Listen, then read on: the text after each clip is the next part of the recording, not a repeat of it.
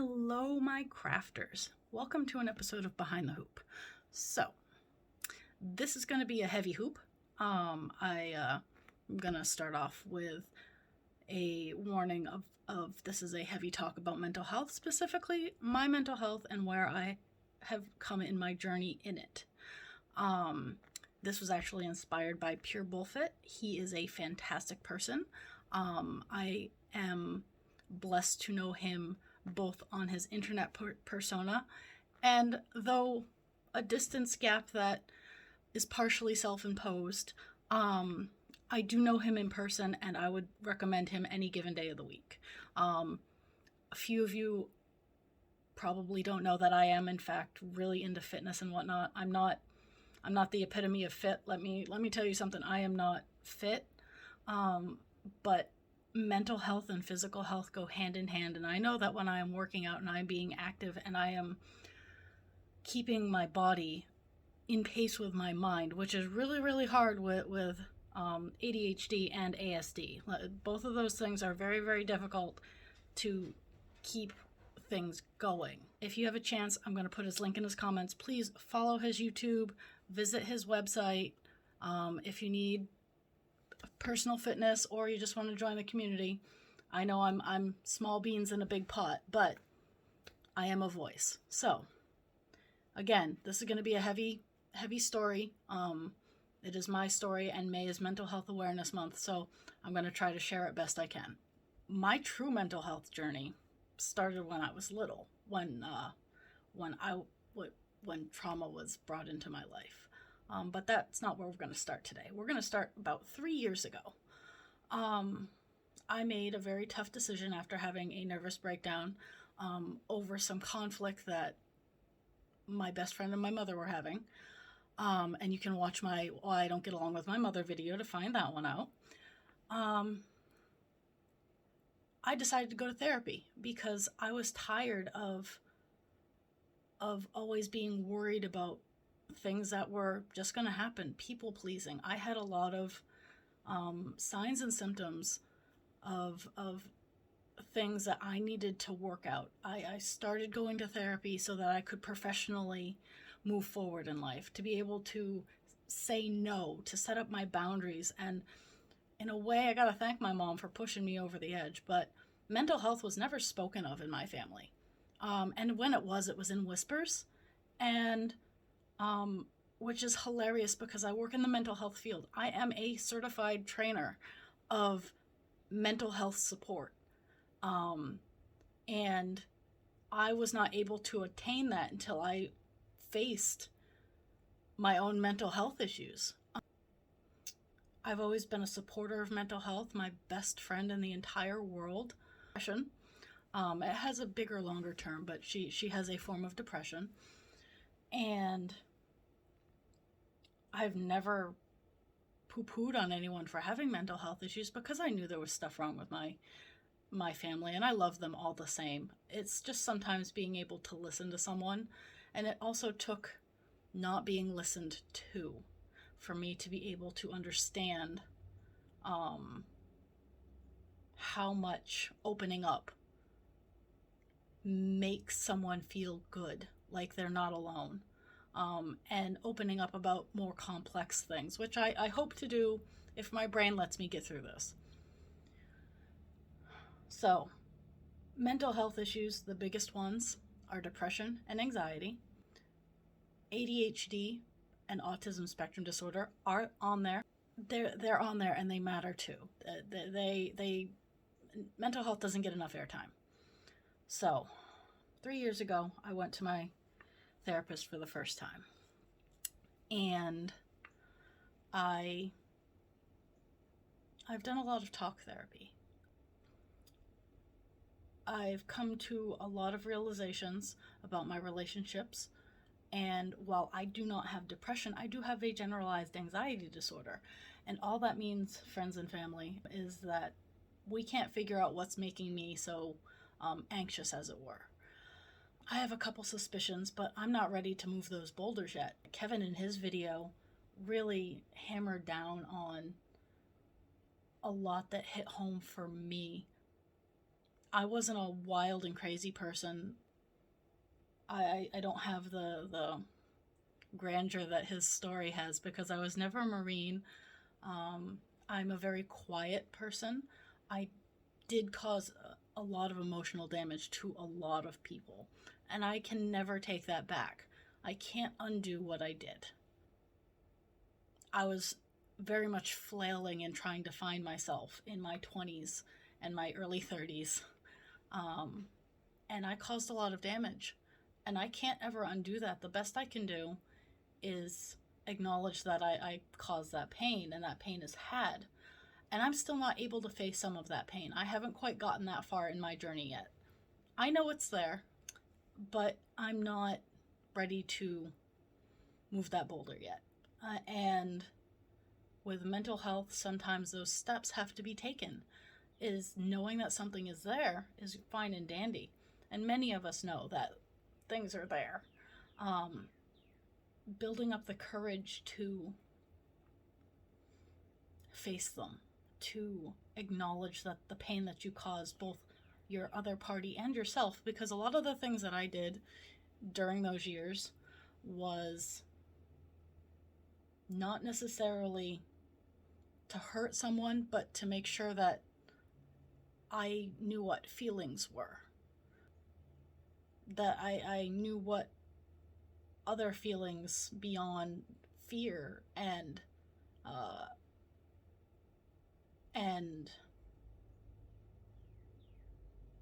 just meekness. And I know there are a couple of people who are going to stumble across this and go, you weren't scared, you weren't meek. Yes, I was. Pure Bullfit mentions how every day he struggled and no one knew that he was planning on unaliving himself. I would have been devastated had I heard that. And I know I haven't been the best support out there. I never am. I'm never the open support because I don't want people to think that I'm being too needy, too grabby, too attached. Because of that's what anxiety does to someone is when I am enthusiastic about something. I'm an all or nothing kind of person due to the ADHD and the autism. It is on or off. It is now or not now. I'm not making any excuses for it, but that's how it is. Like, that's how my life goes. It's now or not now.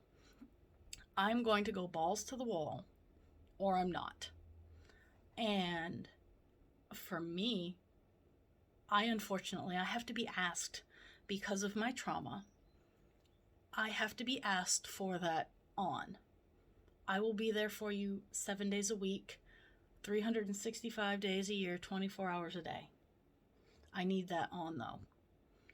And many people make mention, oh, well, you'll never know. I know. And that's one of my big, dark, deep secrets is I know. He mentioned in his video that he was in a dark place and nobody knew. I knew. We had short conversations during his time while he was out in California working the dream life in Blizzard. And if he ever actually watches this, I was a little jealous, but I understand exactly where you're coming from in the toxic work environment and whatnot. I realized that through my therapy and learning more about my brain and how it functions, why I caused, I just, for those of you who play video games, think what Deathwing did to the world is just kind of that, no, not Deathwing. Well, Deathwing did torch the world, but what Arthas did to Shadow Moon in World of Warcraft, that scar that goes down and splits the city. That's kind of in my brain what I saw. I broke up a lot of people. I caused a lot of issues. And I didn't know why. And looking back, I know why now. I'm still not 100% ready to face it, but I know why. Mental health is important. So many people you see have a chapter they don't want to read out loud.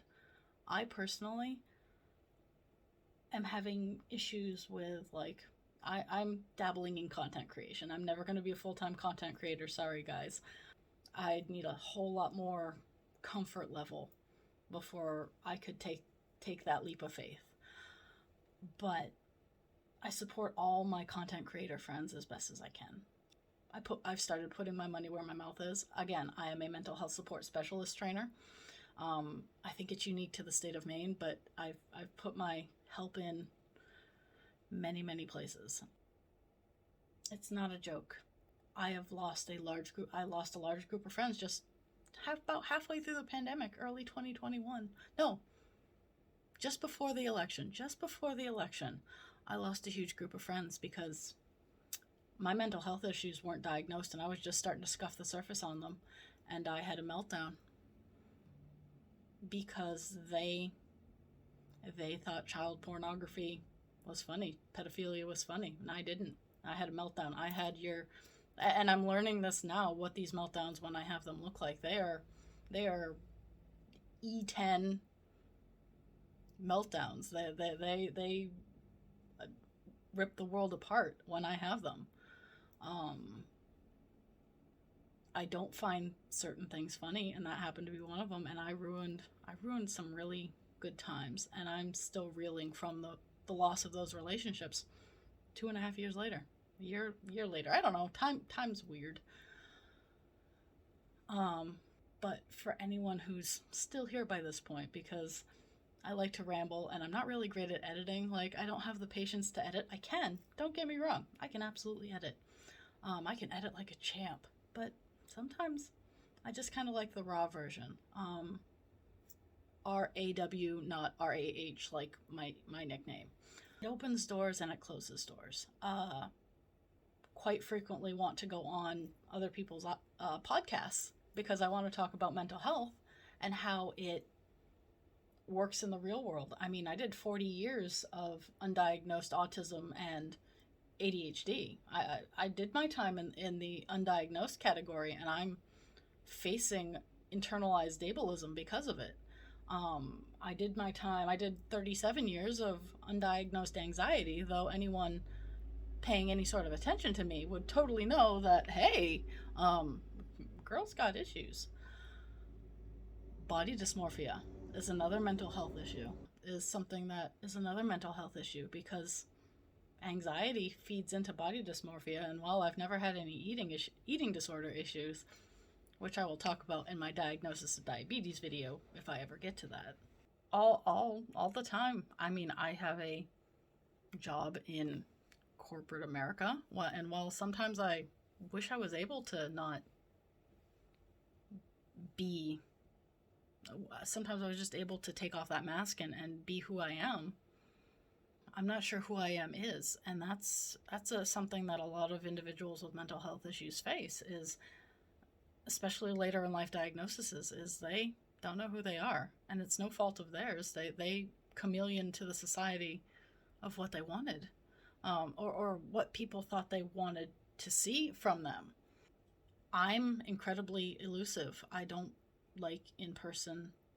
I used to, but I learned that was a mask. I'm not horribly fond of in-person situations. 1 or 2 people over at my house, absolutely fine. Me going out to like a trade show back before COVID. Now these days I don't really see anyone because I'm legitimately one of the few people that if I catch it, it would really ruin my life or end it. I learned that all the socializing that I did, all the people interacting, the flirting, the other things that I did to hurt people, to fill my emptiness, by the way. That's a lot of what I did, was to fill the empty, to fill the void of making people happy. That was a rough one to face, is that quite frequently I would only socialize to make someone else happy. In all of these realizations, I've become very much a staunch supporter of individuals with mental health issues. My best friend, she told me something that was very, very deep and personal. Is she's like, you were the first person to just believe me at face value. You didn't go, well, what were you wearing? What were you doing? Did you do this to yourself? You deserve this. If you've ever thought those things, don't. Someone who's opening up to you, that's a really big deal. This is easier for me, this format, because this is a computer screen. I can edit out what I want. And then I can determine whether or not I'm going to keep this up for any certain amount of time. I have control in that. That is another thing that a lot of people with mental health issues don't get to experience, is control. So if they are having an outburst of behavior, a meltdown, what are they looking for? Good chances are it's control. I can control who comes into my house. That's why I'm not looking forward to the day where it's coming that I have to go back to the office. But I just had to do this because I saw Kevin's video, Pure Bullfit, and I had to say something. I had to actually do a video on it because I feel so strongly about mental health issues. I feel so strongly about speaking up about mental health issues and not sweeping it under the rug. If you're ready to talk about it, let's talk about it. If you're not ready to talk about it just yet, that's cool. You can keep it to yourself, but know that I am here with an ear. And I have been through and I have done so much shit that I understand. I understand your journey. I understand the wanting to heal and wanting to just make it better. And I guess this is where I take the deep, dark negative turn, is it takes a lot of work. It is not poof, you're all fixed. It takes daily work. It takes minute-to-minute work. It is a lot of work, and it is not easy work. So some days you're going to be overwhelmed. Some days you're going to be tired. Some days you're going to want to be like, screw this. Never give up. I am, for one, very glad that Kevin is still here, and all of my friends who are going through any sort of struggle with their mental health. I am glad you're still here. You are an amazing person. And though I don't seem like I get too horribly attached, I'm starting to tear up over the thought of not being able to have provided the support that I knew Kevin needed, that I didn't because of my own issues. So I'm gonna end it there while I can still talk, because when I start to cry I go nonverbal and it's a whole hot mess down the line. But you are valued, you are loved, and if by no one else, by you reaching this point in my video, a whole 20 minutes in, you got me. I am here for you. But you are an amazing person. You can do it. Doesn't matter what it is. I got faith that you can do it.